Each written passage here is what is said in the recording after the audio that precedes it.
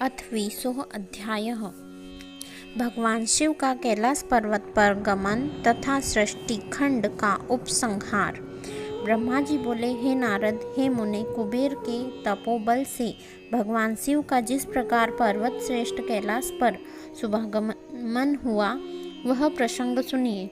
कुबेर को वर देने वाले विश्वेश्वर शिव जब उन्हें निधिपति होने का वर देकर अपने उत्तम स्थान को चले गए, तब उन्होंने मन ही मन इस प्रकार विचार किया। ब्रह्मा जी के ललाट से जिनका प्रादुर्भाव हुआ है तथा जो प्रलय का कार्य संभालते हैं, वे रुद्र मेरे पूर्ण स्वरूप है। अतः उन्हीं के रूप में मैं गुहाकों के निवास स्थान कैलाश पर्वत पर जाऊंगा। रुद्र मेरे हृदय से ही प्रकट हुए हैं। वे पूर्णावतार निष्कल निरंतर ब्रह्मा है और मुझसे अभिन्न है। हरि ब्रह्मा आदि देव उनकी सेवा किया करते हैं।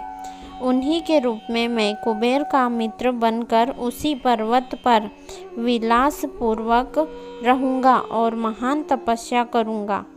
शिव की इस इच्छा का चिंतन करके उन रुद्र देव ने कैलाश जाने के लिए उत्सुक हो उत्तम गति देने वाले नाद स्वरूप अपने डमरू को बजाया।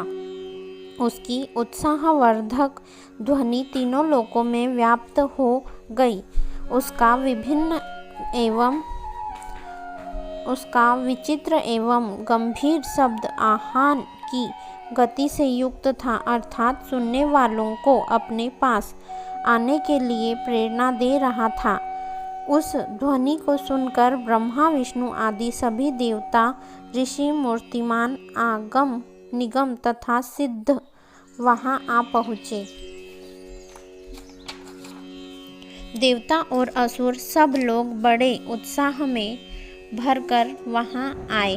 भगवान शिव के समस्त पार्षद जहां कहीं भी थे वहां से उस स्थान पर पहुँचे। सर्वलोक वंदित महाभाग समस्त गणपाल भी उस स्थान पर जाने के लिए उद्धत हो गए। उनकी मैं संख्या बता रहा हूँ, सावधान होकर सुनिए।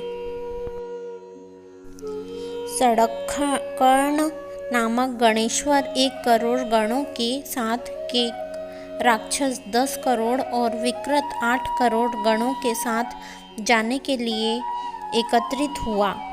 विशाख 64 करोड़ गणों के साथ, परियात्रक 9 करोड़ गणों के साथ, सर्वांतक 6 करोड़ गणों के साथ और श्रीमान दुंदुभ 8 करोड़ गणों के साथ वहां चलने के लिए तैयार हो गया। गणश्रेष्ठ जालंक 12 करोड़ गणों के साथ, समद 7 करोड़ गणों के साथ और श्रीमान विकृतानन भी उतने गणों के साथ जाने के लिए तैयार हुई। कपाली 5 करोड़ गणों के साथ, मंगलकारी संदार अपने 6 करोड़ गणों के साथ और कंडुक तथा कुंडक नाम के गणेश्वर भी 1-1 करोड़ गणों के साथ गए। विष्टंभ और चंद्र तापन नामक गणाध्यक्ष भी अपने अपने 8-8 करोड़ गणों के साथ कैलाश चलने के लिए वहां पर आ गए। 1000 करोड़ गणों से घिरा हुआ महाकेश नामक गणपति भी वहां आ पहुंचा। कुंडी 12 करोड़ गणों के साथ और वाह श्रीमान पर्वतक काल, कालक एवं महाकाल नाम के गणेश्वर 100 करोड़ गणों के साथ वहां पहुँचे। अग्निक 100 करोड़, अभिमुख 1 करोड़, आदित्य मूर्धा तथा धनावह भी 1-1 करोड़ गणों के साथ वहां आए। सन्नाह तथा कुमुद 100 करोड़ गणों के साथ और अमोघ कोकिल एवं सुमंत्रक 1 करोड़ गणों के साथ आ गए। काकपाद नामक का एक दूसरा गण 60 करोड़ और संतानक नाम का गणेश्वर भी 60 करोड़ गणों को साथ लेकर चलने के लिए वहां आया। महाबल, मधुपिंग तथा पिंगल नामक गणेश्वर 9 करोड़ गणों के सहित वहां उपस्थित हुए। नील एवं पूर्णभद्र नामक गणेश्वर भी 90 करोड़ गणों के साथ वहां आए। महाशक्तिशाली चतुर्वस्त्र नामक गणेश्वर 7 करोड़ गणों से घिरा हुआ कैलाश जाने के लिए वहां आ पहुंचा। 120,000 करोड़ गणों ने आवृत होकर सर्वेश नाम का गणेश्वर भी कैलाश चलने के लिए वहां आया। काष्ठा, गूढ़, सुकेश तथा वृषभ नामक गणपति 64 करोड़ चैत्र और स्वामी नकुलीश एवं 7 करोड़ गणों के साथ कैलाश गमन के लिए आए। लोकांत दीप्तात्मा दैत्यांतक प्रभु देव भृगी श्रीमान देव प्रिय ऋटि अशनि भानुक तथा सनातन नाम के गणपति 64 करोड़ गणों के साथ वहां पर उपस्थित हुए। नंदीश्वर नाम के महाबलवान गणाधीश 100 करोड़ गणों के सहित कैलाश चलने के लिए वहां आ पहुँचे। इन गणाधीपों के अतिरिक्त अन्य बहुत से असंख्य शक्तिशाली गणेश्वर वहां कैलाश चलने के लिए आए। वे सब 1000 भुजा वाले थे तथा जटा मुकुट धारण किए हुए थे। सभी गण चंद्रमा के आभूषणों से शोभायमान थे। सभी के कंठ नील वर्ण के थे और वे 3 नेत्रों से युक्त थे। सभी हार, कुंडल, केयूर तथा मुकुट आदि आभूषणों से अलंकृत थे। ब्रह्मा, इंद्र और विष्णु के समान अणिमादि 8 महासिद्धियों से युक्त करोड़ों सूर्यों के समान देदीप्यमान सभी गणेश्वर वहां पर आ गए। इन गणाध्यक्षों के अतिरिक्त निर्मल प्रभामंडल से युक्त महान आत्मा वाले तथा भगवान शिव के दर्शन की लालसा से परिपूर्ण अन्य अनेक गणाधीप अत्यंत प्रसन्नता के साथ वहां पर जा पहुँचे। विष्णु आदि प्रमुख समस्त देवता वहां जाकर भगवान सदाशिव को देखकर हाथ जोड़कर नतमस्तक होकर उनकी उत्तम स्तुति करने लगे। इस प्रकार विष्णु आदि देवताओं के साथ परमेश्वर भगवान महेश महात्मा कुबेर के प्रेम से वशीभूत हो कैलाश को चले गए। कुबेर ने भी सपरिवार भक्तिपूर्वक नाना प्रकार के उपहारों से वहां आए हुए भगवान शंभु की सादर पूजा की। तत्पश्चात उसने शिव को संतुष्ट करने के लिए उनका अनुगमन करने वाले विष्णु आदि देवताओं और अन्यान्य गणेश्वरों का भी विधिवत पूजन किया। इसके बाद उसकी सेवा को देखकर अति प्रसन्नचित्त भगवान शंभु कुबेर का आलिंगन कर और उसका सिर सूंघकर अलकापुरी के अति निकट ही अपने समस्त अनुगामियों के साथ ठहर गए। तदंतर भगवान शिव ने विश्वकर्मा को अपने तथा दूसरे देवताओं के भक्तों के लिए उस पर्वत पर निवास हेतु यथोचित निर्माण कार्य करने की आज्ञा दी। हे मुने, विश्वकर्मा ने शिव की आज्ञा से वहां जाकर यथाशीघ्र ही नाना प्रकार की रचना की। उस समय विष्णु की प्रार्थना से शिव प्रसन्न हो उठे और कुबेर पर अनुग्रह करके वे कैलाश पर्वत पर चले गए। शुभ मुहूर्त में अपने निवास स्थान में प्रवेश कर भक्तवत्सल उन परमेश्वर ने अपने प्रेम से सबको सनाथ कर दिया। सभी प्रमोदित विष्णु आदि देवता, मुनिगण और अन्य सिद्ध जनों ने मिलकर प्रेम पूर्वक सदाशिव का अभिषेक किया। हाथों में नाना प्रकार के उपहार लेकर सबने क्रमशः उनका पूजन किया और बहुत महोत्सव के साथ सामने खड़े होकर उनकी आरती उतारी। हे मुने, उस समय आकाश से मंगल सूचक पुष्प वृष्टि होने लगी और अत्यंत प्रकट होकर गान करती हुई अप्सराएं नाचने लगी।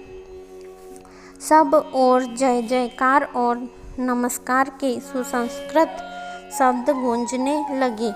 उस समय चारों ओर एक महान उत्साह व्याप्त था जो सबके सुख को बढ़ा रहा था।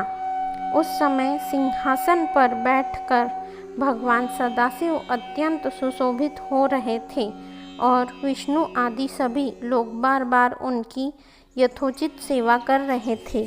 सभी देवताओं ने पृथक पृथक रूप में अर्थ भरी वाणी और अभीष्ट वस्तुओं से लोक मंगलकारी भगवान शंकर का वंदन किया। प्रसन्नचित सर्वेश्वर स्वामी सदाशिव ने उनकी स्तुति को सुनकर प्रेम पूर्वक उन्हें मनोवांछित वर दिए। हे मुने, अभीष्ट कामनाओं से परिपूर्ण प्रसन्नचित्त वे सभी देव, मुनि और सिद्धजन भगवान शिव की आज्ञा से अपने अपने धाम को चले गए। मैं भी विष्णु के साथ प्रसन्नता पूर्वक चलने के लिए उद्धत हुआ। तब श्री विष्णु और मुझको आसन पर बैठाकर परमेश्वर शंभु बड़े प्रेम से बहुत समझाकर अनुग्रह करके कहने लगे। शिवजी बोले, हे हरे, हे विधे, हे तात, सदैव तीनों लोकों का सृजन और संरक्षण करने वाले, हे सुरश्रेष्ठ, आप दोनों मुझे अत्यंत प्रिय है। अब आप दोनों भी निर्भय होकर मेरी आज्ञा से अपने अपने स्थान को जाए। मैं सदा आप दोनों को सुख प्रदान करने वाला हूँ और विशेष रूप से आप दोनों के सुख दुख को देखता ही रहता हूँ।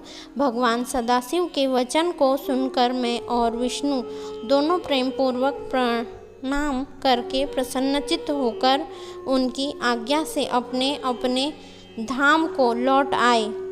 उसी समय प्रसन्नचित्त भगवान शंकर निधिपति कुबेर का भी हाथ पकड़कर उन्हें अपने पास बैठाकर यह शुभ वाक्य कहने लगे। हे मित्र, तुम्हें प्रेम के वशीभूत होकर मैं तुम्हारा मित्र बन गया हूँ। हे पुण्यात्मा मन, भय रहित होकर तुम अपने स्थान को जाओ। मैं सदा तुम्हारा सहायक हूँ। भगवान शंभु के इस वचन को सुनकर प्रसन्नचित्त कुबेर उनकी आज्ञा से प्रसन्नतापूर्वक अपने धाम को चले गए। योगपरायण सब प्रकार से स्वच्छंद तथा सदा ध्यानमग्न रहने वाले भगवान शिव अपने गणों के साथ उस पर्वत श्रेष्ठ कैलाश पर निवास करने लगे। कभी वे अपने ही आत्मस्वरूप ब्रह्मा का चिंतन करते थे, कभी योग में तल्लीन रहते थे, कभी स्वच्छंद मन से प्रेम पूर्वक अपने गणों को इतिहास सुनाते थे और कभी विहार करने में चतुर भगवान महेश्वर अपने गणों के साथ कैलाश पर्वत की टेढ़ी मेढ़ी उबड़ खाबड़ गुफाओं तथा कंदराओं में और अनेक सुरम्य स्थानों पर प्रसन्नचित होकर विचरण करते थे। इस प्रकार रुद्र स्वरूप परमेश्वर भगवान शंकर, जो नाना प्रकार के योगियों में भी सर्वश्रेष्ठ है, उन्होंने अपने उस पर्वत पर अनेक लीलाएं की। इस प्रकार बिना पत्नी के रहते हुए परमेश्वर सदाशिव ने अपना कुछ समय व्यतीत करके बाद में दक्ष पत्नी से उत्पन्न सती को पत्नी के रूप में प्राप्त किया। तदंतर हे देवर्षि, वे महेश्वर उन दक्ष पुत्री सती के साथ विहार करने लगे। इस प्रकार सती के साथ पति रूप में लोकाचारण परायण रहते हुए वे बहुत ही सुखी थे।